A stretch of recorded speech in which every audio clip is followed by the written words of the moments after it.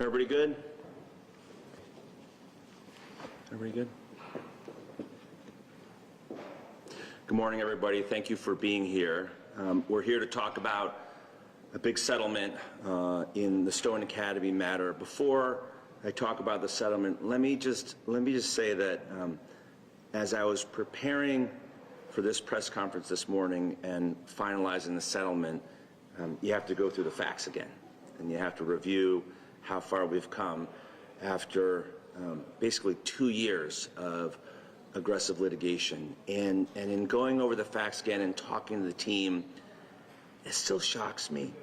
You know, the stories of these students, mostly women, many immigrants, many people of color, women who had other jobs, who were trying to fit in nursing and practical education, who were trying to put food on the table and work other jobs and care for their kids and care for their families, just to get a chance to change the trajectory of their lives, right? For themselves and their families, just to move it 10 degrees in one direction or another to make life better for themselves and their kids and their families.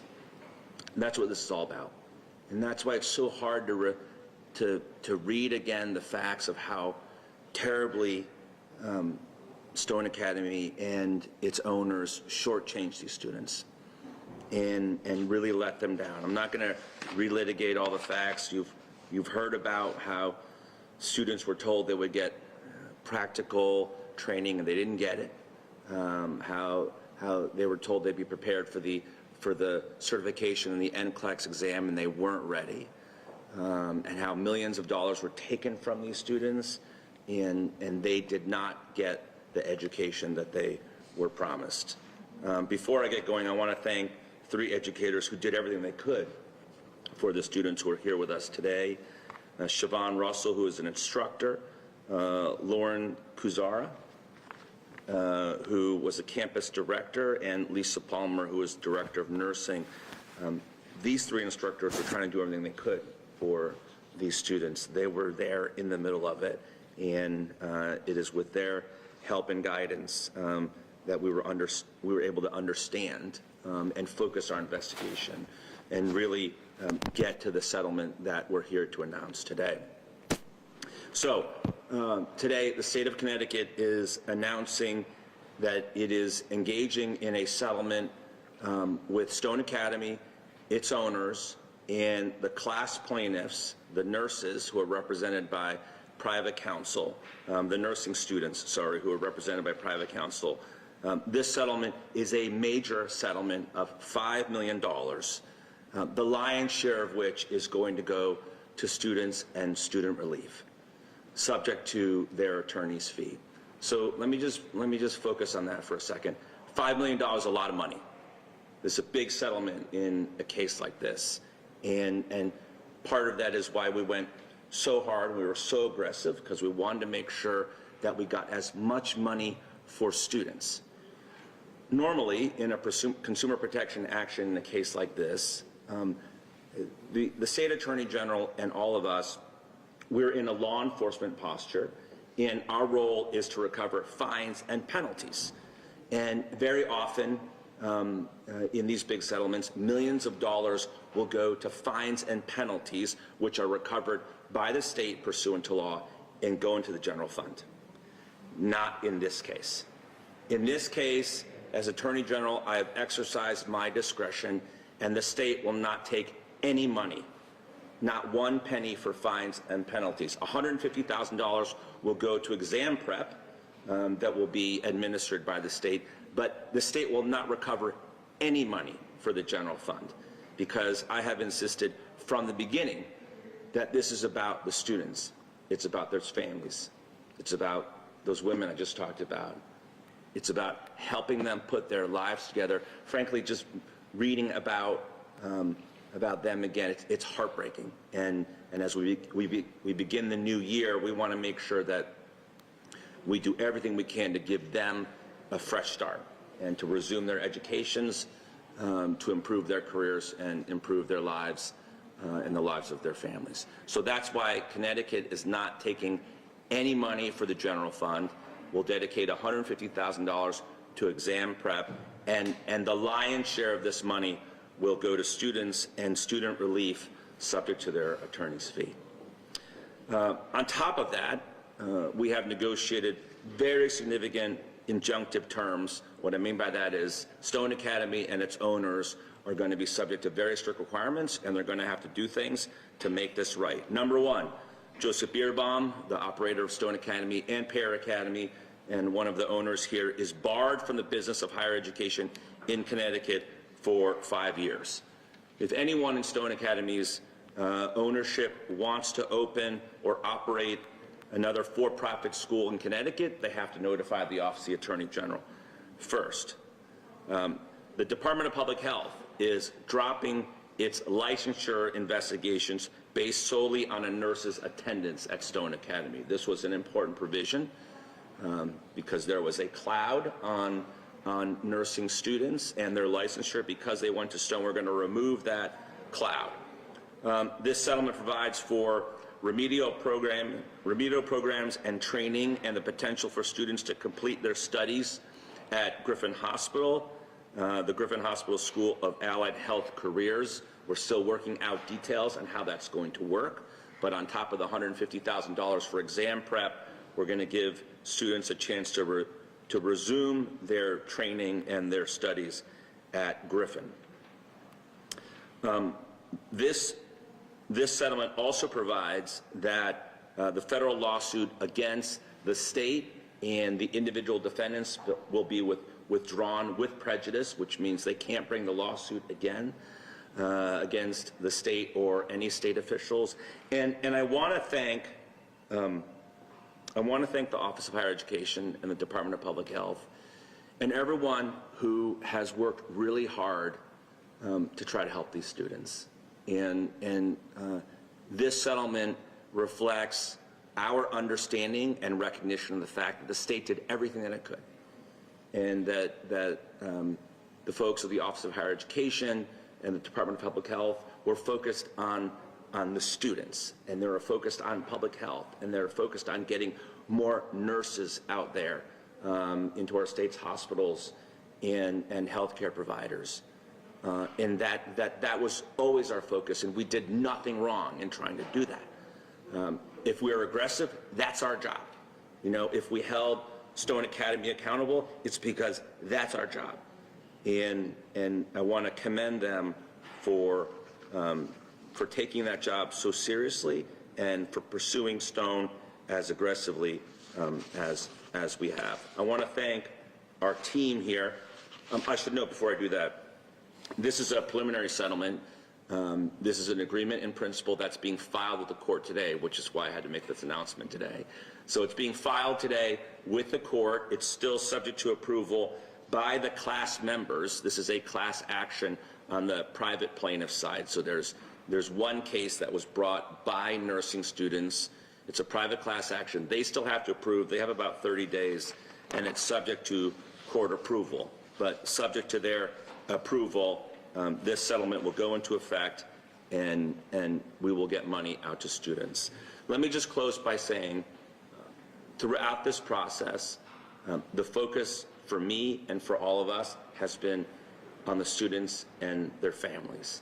This settlement today, after 2 years, I wish it could have been quicker, but the reason why we're settling and the reason why we're concluding this is because this is the best way for me and for all of us to get money to students, and to get money for test prep, and to get money for people to resume their training and their career goals and aspirations. This is the best and quickest and most complete way to provide relief to students, and that's why we're resolving it here today. Let me thank our excellent team that has worked really hard. I apologize to them. I've been all over them over these last couple of years. Sorry, Joe.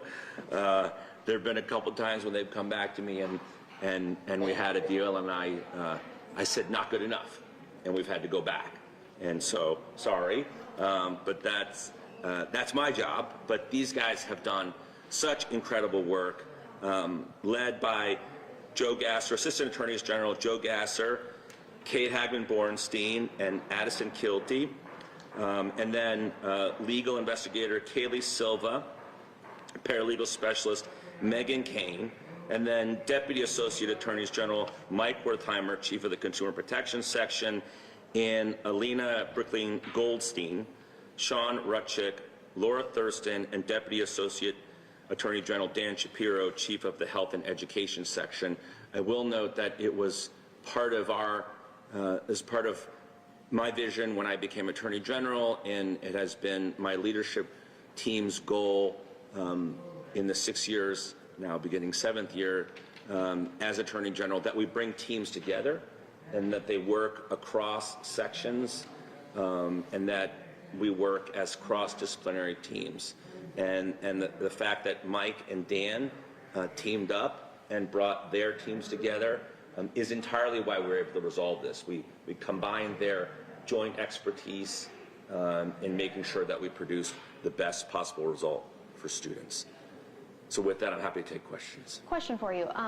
I've talked to many Stone students over the last 2 years or so, and many of them place a lot of the blame with what happened and how things were handled afterwards on the state, and that's why they sued the state. Is the state taking any accountability or making any changes with this settlement? The state did everything it could for students. Let me remind you and anybody who would lodge that criticism how we got here. We got here because the Office of Higher Education brought the heat. We got here because we started asking questions. Tim Larson, OHE, the state started saying, hey, Stone, you're not meeting your obligations to the students, particularly with respect to practical training. Okay, and we brought the feds in to also bring additional pressure and accountability to Stone. So we're here because the state did its job. We are not the wrongdoers. The state never did anything wrong. The state didn't run a school. It's not our job to run a school. It's our job to regulate and to hold people who run schools, particularly for-profit schools, accountable. So if we did our job and we held them accountable, how is that our fault? It's not. In terms of accountability, how was the number of 5 years determined for not being able to meet higher education? So in any case like this, right, a settlement is a negotiation. And this is a very significant settlement and a very good result for students. And as I said before, I wanted to get to a place where I could announce, frankly, millions of dollars for students.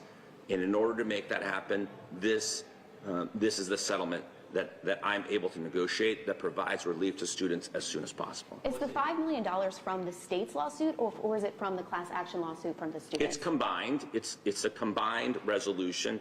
Our lawsuit, the private class action plaintiffs, all getting money from the Stone defendants. Okay. So just so we're clear, it's not one lawsuit. It's multiple cases being mashed together, right? Being put together, and then all of those cases will be resolved. Okay, just because the way the press, it made it sound like the money was specifically like the state got the $5 million. So I was just trying to figure out which kind of lawsuit was the money come from. So to be fair, the class action plaintiffs and their counsel have also worked hard and have been aggressive, but we've been really aggressive.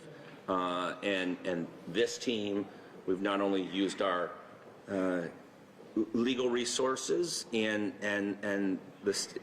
the resource of the state's largest law firm to bring accountability for Stone students, but I've obviously used our platform here to call attention to what happened to those students, how wrong it was to bring additional pressure to bear on the defendants. So there's a federal case, there's a state case, and it's all essentially being combined and resolved in one package.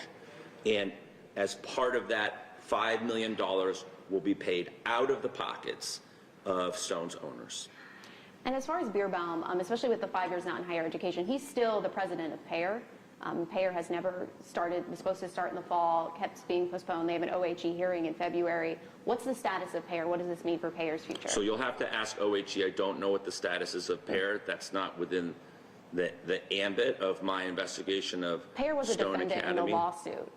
Well, so I wasn't sure if they were tied up in any of that. To the extent that there was money that was transferred to PAYER that should have gone to Stone, yes. they were part of it. But in terms of pairs operations, that's not what we're talking about here today. And do the defendants, do they have the $5 million? I believe that they do. And I wouldn't agree if they couldn't pay the money. And how soon do you think students might see some relief, whether it's by So first of all, they have to approve the settlement, number one. And then number two, what's going to happen is their counsel is going to hire a third-party administrator. And the third-party administrator is going to administer claims. So to be fair, there are a lot of details to be worked out about how the money will be distributed and how claims will be made and how those claims or how awards will be awarded under that system. And that's really going to be administered by the nursing student's lawyer and the class plaintiffs. Why wasn't the nursing student's lawyer or any of the students here or invited here today? You'll have to ask them. Well, you would have had to invite them. No, we did. The student, okay. You'll have to ask them. They wanted to file today, and as a result, I thought it was important for me to announce so that you understood what the state was doing today, and to explain and have a chance to chat with all of you about this settlement and what it means for students. And I assume that the students and their counsel will speak when they're ready to do so. Also on the topic of the remedial studies at Griffin, when you talk about like resuming those studies, is that based off what the audit found from OHE and what credits were valid, or do all of these students have to start over? What's that going to look like? The students are all one of the most challenging things about this whole process is the students were all at different phases and different points of their training. And so, one of the challenges is when you talk about relief, particularly money and financial relief, everybody's at a different place. And so this literally there's no one-size-fits-all solution here. So I think what will happen is they will take each student one at a time and figure out where people are and do the best they can if they want to resume their studies to figure out a pathway forward. If they're people who have to start again because they had really just gotten started or were in the early phases of their training and really didn't get the training that they were promised. And there are people that were ready to take the exam or who had taken the exam and failed because they weren't adequately prepared for the exam and want to go back and take a refresher or prepare again for the exam. So there's a whole spectrum of students, and we'll have to address them each on their individual circumstances. Harry, one last question. Yeah, when sure. I was trying to explain the different Stone lawsuits, to me it was always like a triangle. You had the Stone, you had the students, and you had the state, and there was like a circle of lawsuits going around between the three of them. We only have one point of the triangle here today. The terms haven't been filed even in court yet.